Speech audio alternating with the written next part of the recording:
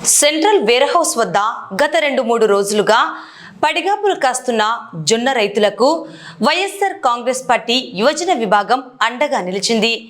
మాజీ ఎమ్మెల్యే కాడసాని రాంభూపాల్ రెడ్డి ఆదేశాల మేరకు శుక్రవారం వేర్హౌస్ వద్ద ఉన్న రైతులకు పార్టీ యువజన విభాగం ఆధ్వర్యంలో అన్నదాన కార్యక్రమం నిర్వహించి త్రాగునీటి బాటిళ్లను పంపిణీ చేశారు.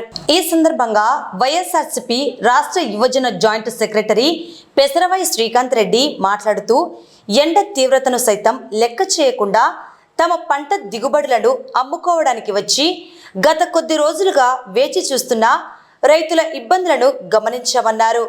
సాటి రైతులుగా వారి ఆకలి కష్టాన్ని గుర్తించి వైసీపీ నంద్యాల జిల్లా అధ్యక్షుడు మాజీ ఎమ్మెల్యే కాడసాని రాంభూపాల్ రెడ్డి పిలుపు మేరకు ఈ సేవా కార్యక్రమాన్ని చేపట్టినట్లు తెలిపారు. వైఎస్ఆర్ కాంగ్రెస్ పార్టీ ఎల్లప్పుడూ రైతు పక్షపాతేనని, రైతాంగానికి ఎలాంటి కష్టం వచ్చినా అండగా ఉంటామని ఈ సందర్భంగా యువనేతలు స్పష్టం చేశారు.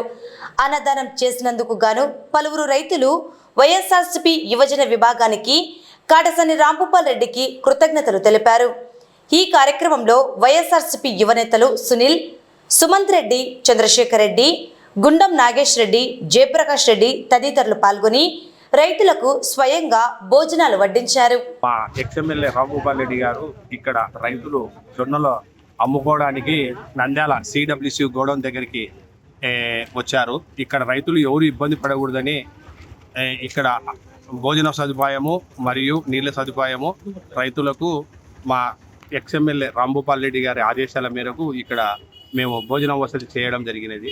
కానీ ఇక్కడ రైతుల కష్టాలు అసలు వర్ణనాతీతము.